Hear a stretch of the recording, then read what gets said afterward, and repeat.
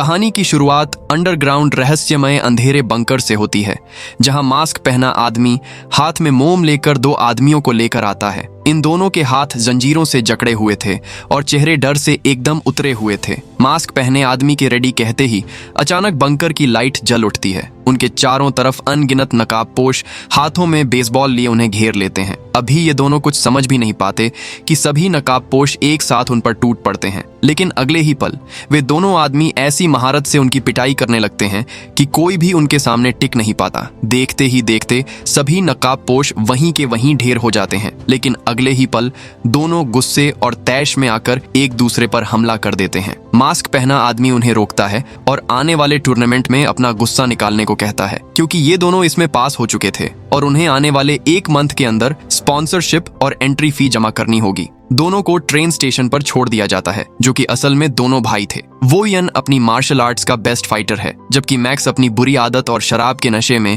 इस स्किल की कद्र करना नहीं जानता। यही वजह है कि दोनों की कभी आपस में नहीं बनती। आज पहली बार एक दूसरे से मिलते ही वो यन मैक्स पर गुस्सा करते हुए कहता है, तुम्हारी इन फालतू और बेवजह की हरकतों की वजह से तुम समझ रहे हो कि आने वाला टूर्नामेंट जीत जाओगे। अगर सीफू को पता चला तो तुम उसे क्या जवाब दोगे? मैक्स ये सुनते ही गुस्से से भड़क उठा और आंखों में आंखें डालकर कहा, न मेरा तुझसे कोई ताल्लुक है न तेरे सीफू से, और मेरे होते हुए ये टूर्नामेंट तुम कभी नहीं जीत पाओगे। ये कहते ही वह वहां से सीधा फाइटिंग क्लब पहुंचता है, जहां उसकी मुलाकात उसके दोस्त सोगन से होती है और दोनों टूर्नामेंट पास करने की खुशी में ड्रिंक करने लगते हैं। और सोगन को टूर्नामेंट में स्पॉन्सर उसका बॉस बोहान था, लेकिन समस्या यह थी कि अगर मैक्स को स्पॉन्सर नहीं मिला तो वह टूर्नामेंट में नहीं पहुंच पाएगा। सोगन मैक्स को दूर खड़ी वीना के बारे में बताते हुए कहता है, उसके पास काफी पैसा है और वह तुम्हारी फाइटिंग स्किल देखकर तुम्हें टूर्नामेंट में स्पॉन्सर कर सकती है। मैक्स वीना के पास पहुंचकर उसे अपने लिए स्पॉन्सर करने को कहता है, लेकिन वीना पहले ही अपना बेस्ट फाइटर सिलेक्ट कर चुकी थी, जो अगले हफ्ते ही टूर्नामेंट के ट्रायल में जाने वाला था। वीना को अपने फाइटर पर इतना यकीन था कि वह भूल ही गई कि मैक्स उसके साथ आगे क्या करने वाला है। मैक्स की ये उम्मीद टूटते ही उसके दिल में अपने भाई से हारने का डर बैठ गया, क्योंकि उसे ट्रेन करने वाले मार्शल आर्ट्स के बेस्ट गुरु सिफू थे, जो वोयन को टूर्नामेंट की टक्कर का बना रहे थे। लेकिन वोयन अपने भाई की इन बातों से अंदर से टूट गया था और वह दोबारा इस शहर में लौटने पर काफी उदास था। लेकिन सिफू समझाते हुए बताता है कि हमारा मकसद इस टूर्नामेंट में दाखिल होकर मैडलाइन के इस खूनी खेल को खत्म करना है, जिसने अपने खूनी हाथों से पूरे अंडरवर्ल्ड को निगल लिया है। अगर हम वहां जाकर ईमानदारी और सामान से लड़ें तो हम उसके अंडर की ताकत तोड़ सकते हैं, लेकिन सबसे बड़ी रुकावट मैक्स था, जो उनके रास्ते में खड़ा था, और तुम्हारी जिम्मेदारी है कि अपने भाई को सीधी राह पर लाओ। लेकिन वो यन सारी उलझन को खत्म करने के लिए 1 दिन की छुट्टी मांगता है, जो सिफू पर भारी पड़ने वाली थी। अगले ही पल मैक्स वीना के फाइटर पर अपने गुस्से की भड़ास निकालने लगता है। मैक्स तेज लातों और तेज धार मुक्कों से उस पर इतने वार करता है कि उसका चेहरा खून से लथपथ कर देता है। पास खड़ी वीना ये सब देखकर अचानक सांस रोक लेती है। मैक्स ने उसके अंदर इतनी ताकत भी नहीं छोड़ी कि वह पलटकर वार कर सके। अगले ही पल मैक्स एक जोरदार फ्लाइंग किक से उसे वहीं बेहोश कर देता है। लेकिन वीना मैक्स पर गुस्से से चिल्लाने लगती है, क्योंकि मैक्स ने उसे आने वाले टूर्नामेंट से हमेशा के लिए दूर कर दिया था। लेकिन मैक्स आगे से जवाब देते हुए बताता है, मैंने तुम पर एहसान किया है, क्योंकि आगे जाकर वो तुम्हें नुकसान पहुंचाने वाला था, और अगर तुम मुझे टूर्नामेंट में ले जाओ तो मैं तुम्हारी सोच से भी ज्यादा पैसे कमा कर दूंगा। आखिरकार वीना मैक्स की इस खतरनाक फाइटिंग स्किल को देखते हुए मान जाती है। लेकिन असली धमाका तो अब होने वाला था, क्योंकि पास बैठे बोहान को इन दोनों भाइयों के टूर्नामेंट में दाखिल होने से सोगन के लिए खतरा महसूस होने लगा, और उसने सोगन को फैमिली की धमकी देते हुए बहुत ही खतरनाक काम करने को कहा, जिस पर सोगन न चाहते हुए भी अपने बॉस की बात मान जाता है और सीधा सिफू के स्कूल पहुंचता है और गुस्से में सिफू से कहता है कि इस टूर्नामेंट से दूर रहो और हमेशा के लिए इस शहर से चले जाओ। ये बात पास खड़े एक लड़के से हजम नहीं हुई और उसने पलटकर वार करने की कोशिश की, लेकिन अगले ही पल सोगन सभी स्टूडेंट्स पर जानवरों की तरह टूट पड़ा। कोई भी स्टूडेंट सोगन के सामने पल भर भी नहीं टिक पाया। जैसे ही वो यन को स्कूल पर हमले की खबर मिलती है, वह सीधा मैक्स को बताता है। मैक्स ये सुनते ही गुस्से में स्कूल की तरफ निकल पड़ता है। उधर सोगन पूरे स्टूडेंट्स को गिराते ही सिफू को अपने साथ मुकाबला करने को कहता है, लेकिन सिफू लड़ने के बजाय उसे सीधे रास्ते पर चलने को कहते हैं। सोजीन का चेहरा शर्मिंदगी से उतर जाता है, लेकिन फैमिली का ख्याल आते ही वह रुक जाता है। सोगेन एक जोरदार मुक्का सिफू के आर पार करते हुए वहां से चला जाता है। सिफू दर्द से एकदम अकड़ जाता है। तभी आखिरी सांसें गिरते ही मैक्स और वो यान वहां पहुंच जाते हैं। दोनों इस कदर अंदर से टूट जाते हैं कि मैक्स सिफू से अपनी गलतियों की माफी मांगता है। लेकिन सिफू जाते हुए आखिरी बार इन दोनों से वादा लेते हुए कहता है दोनों साथ मिलकर ये टूर्नामेंट लड़ना। आखिरकार टूर्नामेंट का दिन आते ही ये तीनों अंडरवर्ल्ड सिटी में दाखिल होते हैं। वहाँ बोहान सिफू पर करवाए गए हमले के बारे में बताता है। ये सुनकर मैक्स का गुस्सा आसमान पर पहुंच जाता है, लेकिन वो यान मैक्स को रोक लेता है। मैक्स की पहली फाइट होने के कारण वीना बता देती है कि तुम्हें अपने आप को शांत करना होगा, नहीं तो हम ये फाइट हार जाएंगे। लेकिन मैक्स बिल्कुल भी शांत नहीं था, क्योंकि उसका पहला खतरनाक मुकाबला स्पीडी से होने वाला था। वीना बिना सोचे समझे ही सारे पैसे मैक्स पर लगा देती है। फाइट शुरू होते ही स्पीडी फुर्तीले कदमों से मैक्स पर एक जोरदार लात मारता है। मैक्स का गुस्सा फूट उठता है और वह जितना भी वार करने की कोशिश करता, हर बार बेकार जा रहा था। एक और जोरदार लात ने मैक्स को अंदर का जानवर बाहर लाने पर मजबूर कर दिया। उसके हमला करते ही मैक्स की एक भारी लात स्पीडी को जमीन पर गिरा देती है। पल भर में ही मैक्स ने स्पीडी को इस तरह दबोच लिया कि स्पीडी के किसी भी वार से मैक्स पर कोई असर नहीं हो रहा था। मैक्स ने उसकी हड्डियां तोड़ना शुरू कर दी और आखिरी पल में एक जोरदार वार के साथ स्पीडी को बुरी तरह हरा दिया। और इसी के साथ हम मैडलाइन को देखते हैं, जिसने इस पूरे अंडरवर्ल्ड की गेम को कंट्रोल किया हुआ था। और उसी पल मार्शल आर्ट्स का बेस्ट योद्धा वो यान और द ग्रेट के साथ फाइट शुरू होती है। वो यान अपने मार्शल आर्ट्स के एक ही हाथ से हमलों को रोकते हुए बॉडी मूवमेंट से एक हल्का सा झटका देते ही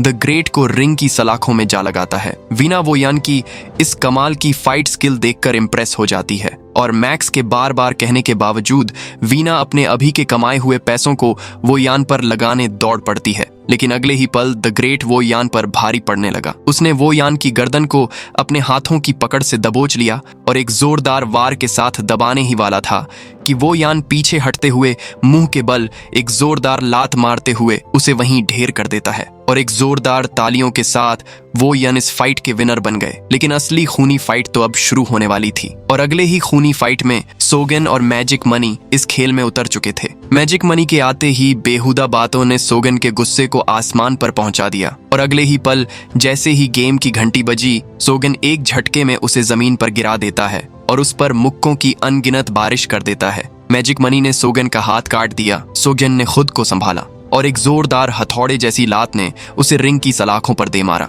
ये सब देखकर मनी मार्क्स के स्पॉन्सर एकदम शॉक रह गए और उन्हें खूनी खेल खेलने पर मजबूर कर दिया। व्हील पर अनगिनत हथियार घूमने लगे और व्हील एक भयानक हथियार सारा गामा पर जाकर रुक गया। सोगियन के बॉस का चेहरा अचानक ही उतर गया। मैजिक मनी को हथियार मिलते ही जैसे उसके शरीर में जान भर आई हो और वह हथियार सीधा सोगन की तरफ फेंकता है। लेकिन सोगन किस तरह उसके वार से बचते हुए उसका हथियार छीन लेता है और सीधा कमर में घोंप कर उसे वहीं ऊपर पहुंचा देता है। इस तरह का भयानक खेल देखकर वो यान अंदर ही अंदर खुद को कोसने लगता है। लेकिन ये तो अभी कुछ भी नहीं था, इससे भयानक तो अब होने वाला था, क्योंकि सामने खड़ा था पिछले साल का राक्षस किंग कॉन्ग, जिसकी भयानक आवाज किसी राक्षस से कम नहीं थी और उसके सामने छोटा फाइटर जो किंग कॉन्ग के आधे शरीर के बराबर भी नहीं था। फाइट शुरू होते ही छोटे फाइटर ने लातों और मुक्कों से किंग कॉन्ग पर अनगिनत हमले किए, लेकिन इन हमलों से उसे कोई फर्क नहीं पड़ता। लेकिन किंग कॉन्ग उसे पल भर में उठाता है और कमर पर एक गहरा वार करके जमीन पर फेंक देता है। जैसे ही वह उसे लात मारकर ढेर करने ही वाला था, अचानक अलार्म बजा और व्हील घूमने लगा और तभी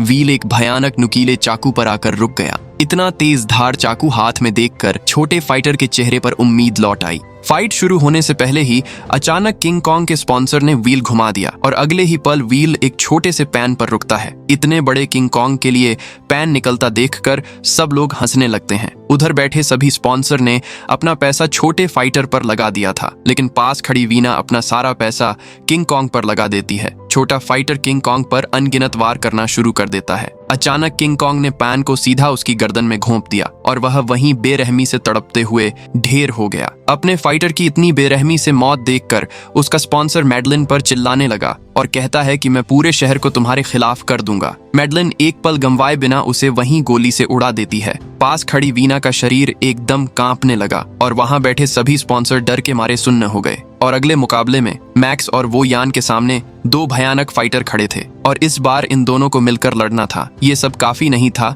कि दोनों के लिए व्हील घुमाने पर पर उन्हें ब्लेड जैसे पंजे और एक क्लासिक तलवार दे दी गई। मैक्स और वो यान के चेहरे पर अचानक डर छा गया। दोनों उनसे लड़ते हुए किसी तरह खुद को बचा रहे थे। अब दोनों इन खतरनाक हथियारों के सामने अपना बचाव करने पर बेबस हो गए और तभी मैक्स को इन दोनों फाइटर ने बुरी तरह जकड़ लिया। लेकिन इसी पल वीना पैसे देकर व्हील घुमाने को कहती है। व्हील घुमाते ही मैक्स को लोहे के भारी खड़े मिलते हैं, जिससे अब वह उनका मुकाबला कर सकता था। लेकिन वीना ने वोयन की मदद के लिए एक और बार व्हील घुमाया। व्हील सीधा एक लोडेड गन पर जाकर रुक गया। वीना की खुशी का तो कोई ठिकाना ही नहीं था, लेकिन वो यन गन को वहीं फेंक देता है क्योंकि वह नियमों के साथ फाइट लड़ना चाहता है। मैक्स अब फाइटर पर लगातार भारी पड़ रहा था और वो यन अपनी मार्शल आर्ट्स की टेक्निक से उस पर भारी पड़ रहा था। और अगले ही पल मैक्स ने फाइटर के सिर में एक जोरदार लात मारकर उसे वहीं गिरा दिया और उसी की तलवार उसके शरीर में घोंप दी। मैक्स तलवार उठाकर अगली फाइट की तरफ बढ़ा तो वो यान उसे रोक लेता है, लेकिन मैक्स ने वो यान को पीछे धक्का दिया और तलवार सीधा फाइटर के आर पार कर दी। कमरे में आते ही मैडलिन वो यान को साफ तौर पर धमकाते हुए कहती है कि अगर तुमने मेरे रूल्स तोड़ने की कोशिश की तो मैं तुम्हारे भाई, इस लड़की और तुम्हारे इस स्कूल को तहस नहस कर दूंगी। और इसी के साथ खेल का आखिरी पड़ाव शुरू होता है, जिसमें सभी फाइटर एक दूसरे से लड़ेंगे और उनमें से जो भी 2 लोग बचेंगे वे फाइनल में पहुंच जाएंगे। और ये पिछली सभी फाइट से सबसे भयानक होने वाला है, क्योंकि किंग कॉन्ग को मिला है एक हथौड़ा और सोगन के पास है कांटेदार तारों वाला बेसबॉल बैट और मैक्स को मिली है एक लाठी। फाइट शुरू होते ही कॉन्ग ने एक ही वार से मैक्स की लाठी नीचे गिरा दी। मैक्स उठते ही कॉन्ग पर आगे पीछे से डंडों की बारिश करता है, जबकि वो यान और उसके सामने वाले फाइटर के बीच एक जबरदस्त फाइट शुरू हो जाती है। आखिरकार पूरा रिंग एक एक करके लाशों से भरने लगता है और आखिर में सिर्फ ये 3 फाइटर बचे थे, वो यान, मैक्स और सोगन। मैक्स उस वक्त भी आराम से शराब पी रहा था। सोगन को खत्म करने के लिए वो यान मैक्स को अपने साथ आने को कहता है। वो यान अचानक सोगन पर तेज मुक्कों और लातों से उसके शरीर को पीटने लगता है, लेकिन इसी पल मैक्स अपने भाई पर एक जोरदार हमला करता है। वो यान अपनी मार्शल आर्ट्स के वार से मैक्स को एक पल में वहीं ढेर कर देता है और अब वो यान और सोगन फाइनल में पहुंच चुके थे। इसी के साथ मैक्स को इस सिटी से बाहर निकाल दिया जाता है। यहाँ बैठा सोगन मोबाइल में अपनी फैमिली की तस्वीर देखकर खुद को कोस रहा होता है। इसी के साथ आखिरी फाइट सोगन और वो यन के बीच शुरू होती है। मैडलिन वीना को बंदी बना लेती है क्योंकि वह लगाया हुआ पैसा हार चुकी थी। फाइट शुरू होने से पहले ही वहाँ बैठा एक स्पॉन्सर वो यन के लिए व्हील चलवाता है। एक खतरनाक तलवार उसे दी जाती है, लेकिन वो यन उस तलवार को वहीं गिरा देता है। इसी पल सोगन का बॉस सोगन के लिए पहली बार व्हील घुमाता है। सोगन की किस्मत में एक ताकतवर सिरप निकलता है। उसे पीते ही उसके शरीर की ताकत कई गुना बढ़ जाती है। वो यन ये सब देखकर सकते में आ जाता है। सोगन उस पर जानवरों की तरह झपट पड़ता है और वो यन के ऊपर चढ़कर उसका गला दबाने लगता है। वो यन अपनी आखिरी सांस में सोगन पर एक जोरदार वार करता है। इस वार से उसकी पूरी ताकत का सिरप निकलकर बाहर आ जाता है। सोगन दोबारा उठता है और दोनों के बीच फिर से हाथों हाथ फाइट शुरू हो जाती है। दोनों में से कोई भी कमजोर नजर नहीं आ रहा था, लेकिन अगले ही पल सोगन ने वो यन को कमर से पकड़ते ही एक जोरदार वार के साथ पीछे फेंक दिया।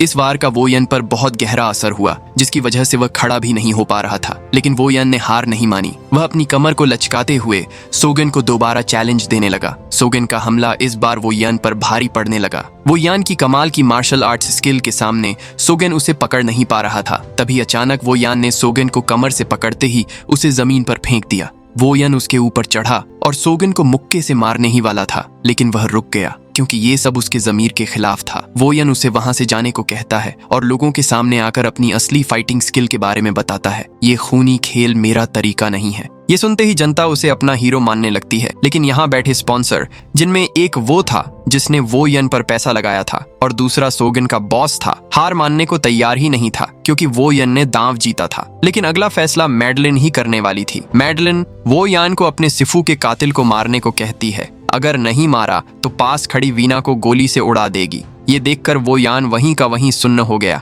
जैसे अब उसके पास कोई रास्ता नहीं बचा हो। लेकिन अचानक एक गोली मैडलिन के सिर के आर पार होते ही मैडलिन वहीं ढेर हो गई। ये देखकर गार्ड तुरंत कातिल को तलाश करने लगे, लेकिन इसी पल गार्ड की वर्दी पहने हुए मैक्स सामने आता है और गोलियों की बौछार से सभी गार्ड्स को वहीं ढेर कर देता है। दरअसल मैक्स को सिटी से बाहर करते ही मैक्स ने उन दोनों गार्ड्स को खत्म करके उनकी वर्दी पहन ली थी। इस बार वो यान अपने भाई से दुखी होने के बजाय खुश होता है क्योंकि उसने एक सही फैसला लिया था। मैक्स अपने भाई से अपनी गलतियों की माफी मांगता है और इसी के साथ दोनों दोबारा एक साथ हो जाते हैं। वीना वहां पड़ा सारा पैसा उठा लेती है और पुरानी सारी बातें भुलाकर वे सोगेन को भी अपने साथ कर लेते हैं। लेकिन उसी वक्त सोगेन का बॉस उन सब पर गन तान लेता है और वीना से वो पैसे मांगने लगता है। सोगेन वीना से पैसे लेता है और खुशी खुशी अपने बॉस को देने के लिए आगे बढ़ता है। बॉस भी इस बात से खुश था कि उसे पैसे मिलने वाले हैं, लेकिन अचानक सोगेन उन पैसों से अपने बॉस पर इतने वार करता है कि वह वहीं खत्म हो जाता है। और इसी के साथ ये सभी अपने सिफू के स्कूल पहुंचते हैं,